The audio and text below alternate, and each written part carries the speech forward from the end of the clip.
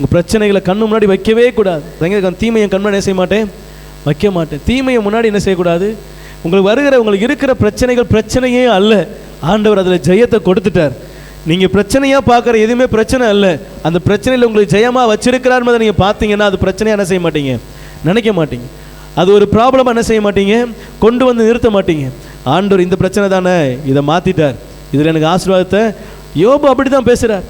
எனக்கு குறித்த காலம் ஒன்று இருக்குது, அந்த காலம் வரும்போது நான் என்ன செஞ்சிடலாம், மாறிடும். தேவரீர் நீ சகலத்தையும் செய்ய வல்லவர், அவ்வளவுதான் விசுவாசம். அதுதான் விசுவாசம். எனக்கு இப்போ இருக்கிற சூழ்நிலையை பற்றி அவர் பேசவே இல்லை. நீ சகலத்தையும் செய்ய வல்லவர். இந்த உடம்பை அழுகி நாற்றம் எடுத்து சரீரம் செத்து என் உருகிய நான் பூமிக்குள்ளே போனாலும் என்னை மீண்டும் வெளியே எடுத்து வர நீ போதுமானவர், அவ்வளோதான். அதுதான் நீ தேவரீர் சகலத்தையும் செய்ய வல்லவருக்கு அர்த்தம். ஆமென். அந்த விசுவாசம் அவருடைய இருந்தனால தான் பிரச்சனை என்ன செய்யலை, பார்க்கல. அது குறித்து பேசும்போது கூட ஒரு பெரிய விஷயமா பேசலை. குறித்த நாட்கள் ஒன்று இருக்கிறது, அது வரைக்கும் நான் காத்து இருக்கிறேன், அதுக்கப்புறம் நான் பொன்னாக விளங்குவேன், இரட்டத்தனையான ஆசீர்வாதங்களை பெற்றுக்கொள்ளுவேன், நான் அதுக்கப்புறம் மேலே எழும்புவேன். இதான் அவருடைய விசுவாசம். நம்முடைய விசுவாசம் அப்படி இருந்தால் பிரச்சனை என்ன செய்ய மாட்டோம், பார்க்க மாட்டோம்.